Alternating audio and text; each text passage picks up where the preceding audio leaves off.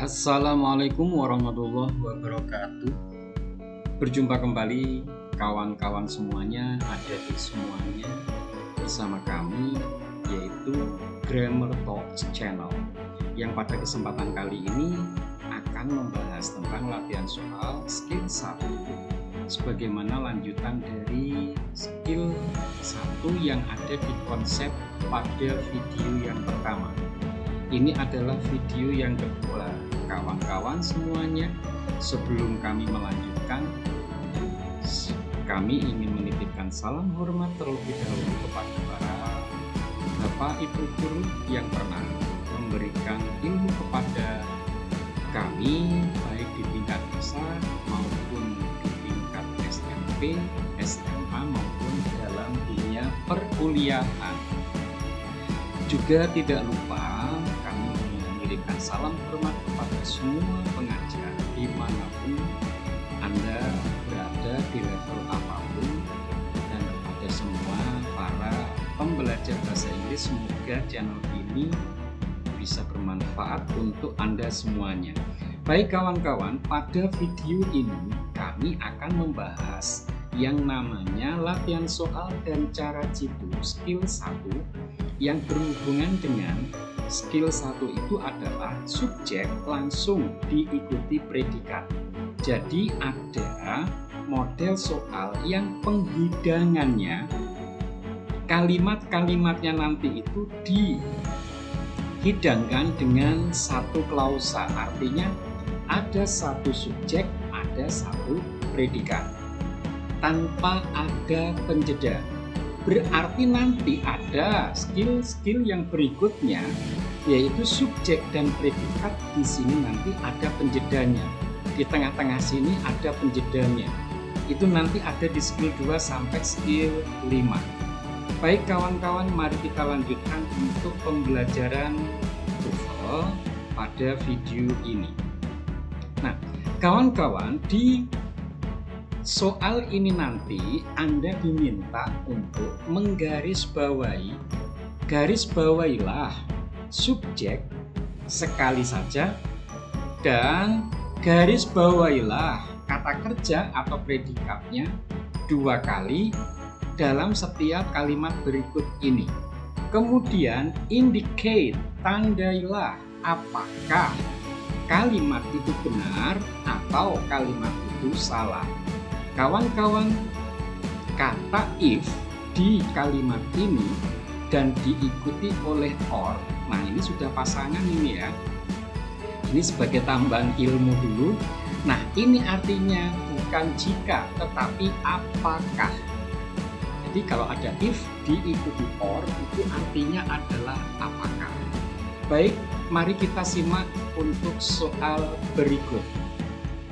Sekali lagi kawan-kawan, pada skill 1 ini ruh dari substansi atau ruh dari skill 1 adalah Anda diminta untuk mencari subjek yang langsung diikuti oleh predikat.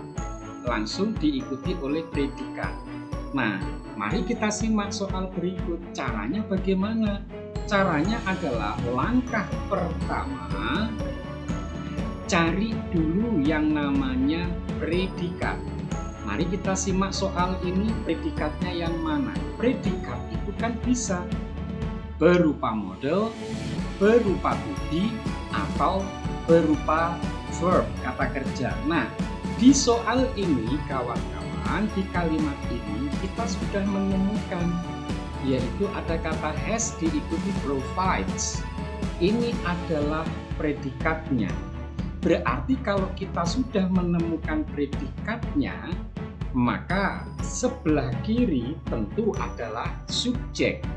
Subjek di sini kawan-kawan, nah ini dia, ini adalah subjek tersusun dari model penulisan subjek yang bagaimana, kan begitu. Oke, saya akan menjelaskan ulang bahwa yang namanya subjek sebagaimana ada di video yang pertama. Ya, Anda bisa lihat nanti di video yang pertama bahwa subjek itu bisa ditulis dengan model penulisannya adalah pakai come noun. Subjek itu juga bisa ditulis menggunakan pakai proper noun. Subjek itu bisa ditulis dengan menggunakan pronoun. Subjek itu juga bisa ditulis menggunakan noun phrase. Subjek itu bisa digunakan dengan cara memakai gerund, dan subjek bisa dalam bentuk non-clause. Ini kawan-kawan, di skill 1 ini penegasannya adalah Anda harus paham yang namanya subjek. Oke, nah subjeknya sudah ada soal ini. Subjeknya sudah ada dan predikatnya sudah ada. Berarti kita sudah bisa menghakimi jawaban ini correct or incorrect. Mari kita cermati soal ini atau kalimat ini sudah benar atau belum. Dan kalimat ini ternyata salah kawan-kawan. Kenapa? Karena kawan-kawan di sini ada huruf S. Apa urusannya Pak S di sini? Kan biasanya memang kalimat predikatnya ada huruf S-nya. Betul. Kawan-kawan, titip pesan bahwa bila nanti Anda ketemu kata has atau kata have atau kata had, hati-hati. Ini bisa diikuti dengan berbagai kata. Kalau nanti has atau have atau had diikuti kata benda, has, have, had artinya adalah mempunyai. Ini yang pertama kali kita kenal. Hati-hati ya. Kalau nanti has, have, had diikuti to, maka ini nanti diterjemahkannya adalah harus. Dan apabila nanti has, have, had diikuti verb 3, has, have, had diterjemahkan telah. Nah, permasalahannya ini kan kata kerja. Di sini adalah kata kerja verb 1. Padahal syaratnya harus diikuti verb 3. Maka kesalahan kalimat ini hanya gara-gara huruf S. Apabila ada has, harus diikuti verb 3. Maka kalimat ini kategorinya adalah incorrect. Kesalahannya hanya di satu huruf itu saja. Oke, sekali lagi kawan-kawan, hati-hati dengan yang namanya subjek dan hati-hati dengan yang namanya predikat. Jangan selalu beranggapan bahwa subjek itu berupa pronoun melulu, yaitu she, he, it, they, we, are, you. TOEFL jarang sekali kawan-kawan yang menggunakan subjek pronoun. Ya, kecenderungannya kalau nggak menggunakan clause, ya menggunakan noun phrase. Juga kadangkala dalam bentuk gerund. Nah, di soal ini subjeknya disusun menggunakan apa Pak? Nah, kita lihat ini adalah determiner. Ini program itu adalah kata benda, berarti di tengah-tengahnya adalah adjektif. Berarti pola seperti ini namanya adalah pola subjek yang terbuat dari noun phrase. Begitu ya. Nah, berarti kawan-kawan, Anda harus juga mendalami yang namanya noun phrase. Nanti di video-video berikutnya akan kami tampilkan cara memahami yang namanya noun phrase. Oke. Berikutnya kawan-kawan, untuk soal yang berikutnya, Anda perhatikan di soal berikutnya ini, mohon maaf, pencet ya. Oke. Untuk soal yang berikutnya ini kawan-kawan, lagi-lagi langkah pertama yang harus Anda tempuh yaitu cari yang namanya predikat. Ya, ini langkah yang pertama. Cari predikatnya. Nah, predikatnya adalah berupa ini. Berarti predikat itu harus tetap diingat. berupa model, berupa to be, berupa verb. Nah, ini adalah predikatnya. Ada kata model di sini. Berarti di sini adalah subjeknya. Berarti kalimat ini sudah benar. Ya, berarti kalimat ini sudah betul, sudah memenuhi subjek dan sudah menggunakan predikat yang benar. Ini ditulis dalam bentuk passive voice. Oke. Nah, kalimat ini kategorinya adalah C, yaitu correct. Berikutnya, kawan-kawan, untuk latihan kalimat benar atau salah, kita lihat lagi-lagi langkah pertama, cari yang namanya P. P itu ada di sini, yaitu P ini. Ini berupa verb. Kalau P-nya sudah ketemu, berarti kita geser ke kiri mata kita. Ada kata yesterday. Apakah yesterday ini subjek? Kita harus tahu yesterday itu adalah adverb of time. Adverb of time itu tidak bisa dijadikan subjek. Sebagaimana tadi kita sudah mempelajari bahwa subjek itu kan berupa yang namanya common noun, ya kan? Subjek kan berupa common noun, berupa proper noun, berupa pronoun, berupa noun phrase, berupa gerund, berupa noun clause. Tidak ada yang berupa adverb of time. Sehingga kalimat ini kategorinya adalah salah. Kita kasih huruf I, incorrect. Jadi seperti itu kawan-kawan ya. Oke, berikutnya. Nah, kita sudah mulai memasuki kalimat-kalimat soal yang menggunakan option ABCD. Lagi-lagi kawan-kawan, Anda cukup memperhatikan saja bahwa kalimat ini langkah pertama yang harus kita tempuh. Langkah pertama adalah bahwa kita harus mencari P. Nah, di soal ini sudah ada P-nya, ya predikatnya kan ini. Nah, berarti kalau predikat ini kita disuruh mencari subjek. Subjek itu pasti kata benda. Entah itu nanti ditulisnya pakai kata benda yang mana, yang common noun, yang proper noun, dan seterusnya tadi. Maka kita sudah tahu bahwa A itu adalah adverb of time, sehingga salah. B juga adverb of time karena menyatakan waktu, berarti salah. C ini adalah noun.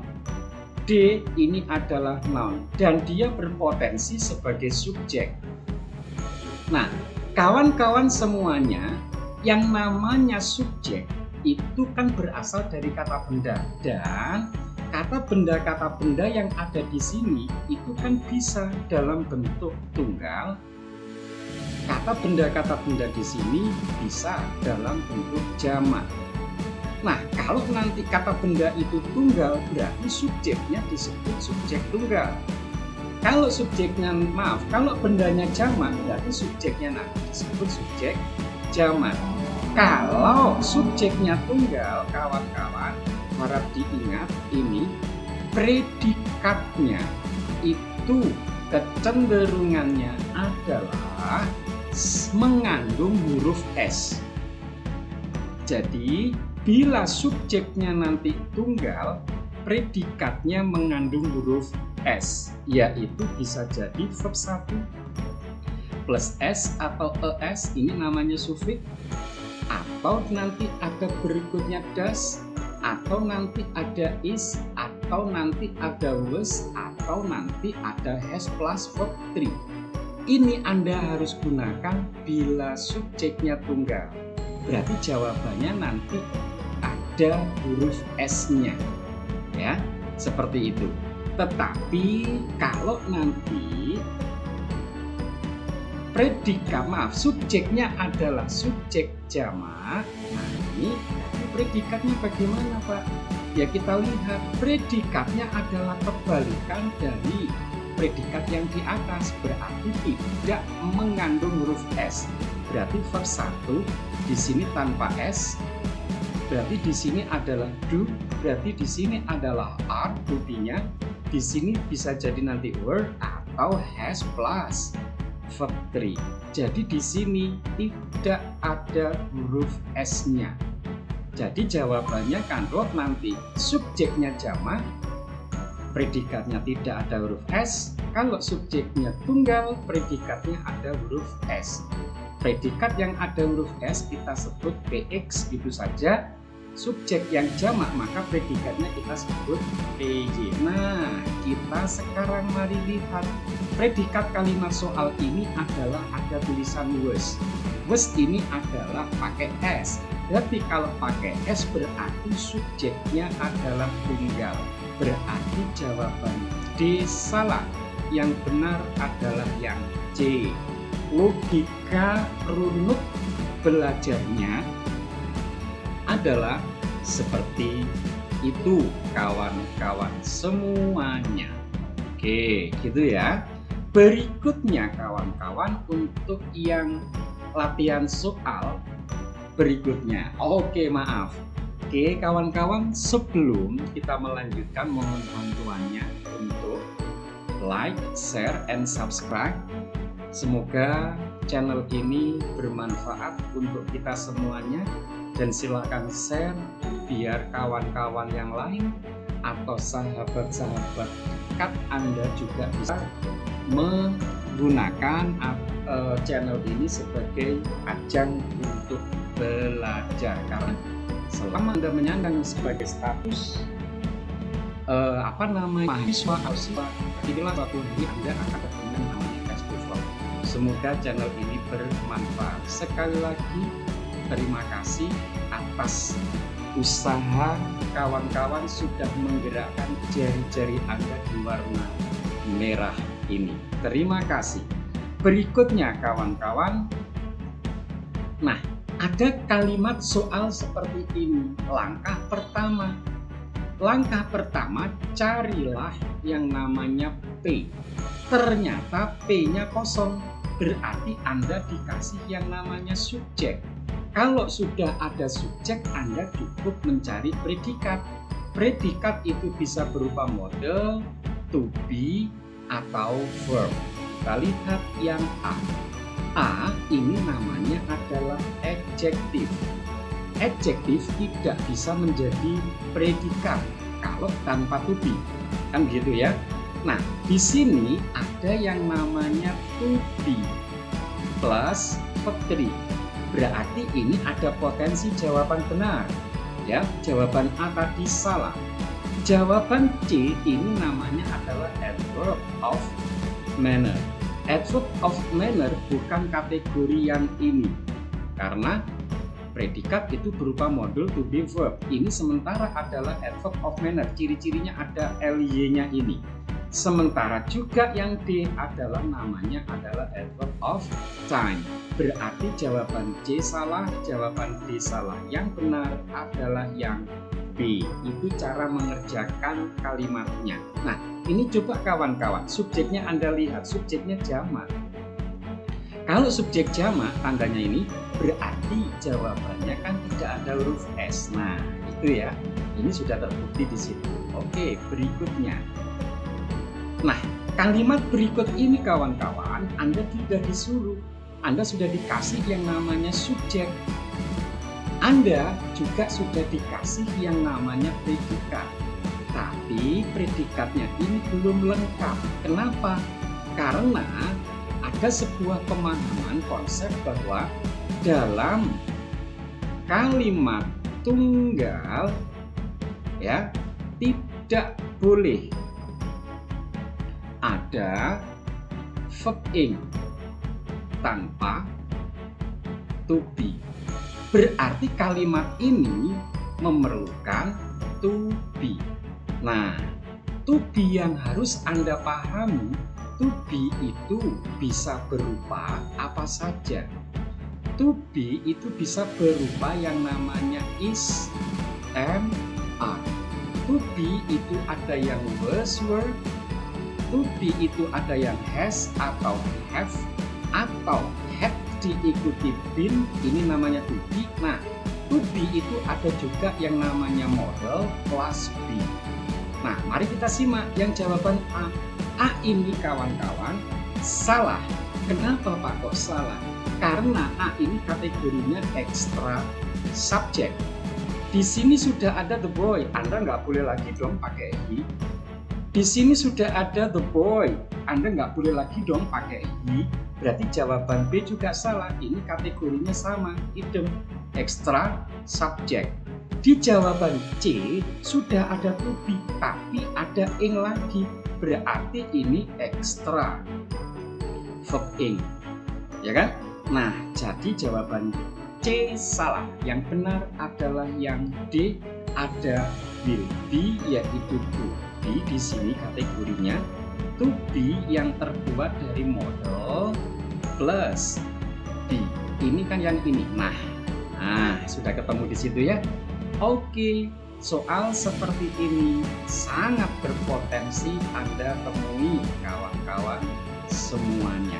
Oke, kawan-kawan semuanya, itu hidangan skill 1 dari kami. Nantikan untuk skill yang kedua kita akan membahas tentang konsep. Skill 2 yaitu subjek dan predikat yang dijeda oleh object of preposition. Bagaimana pemahaman konsep skill 2 ini nanti? Sekali lagi silakan Anda tunggu video kami berikutnya. Terima kasih kawan-kawan sudah meluangkan waktu untuk menonton channel kami. Semoga bermanfaat. Terima kasih, kami akhiri. Wassalamualaikum warahmatullahi wabarakatuh.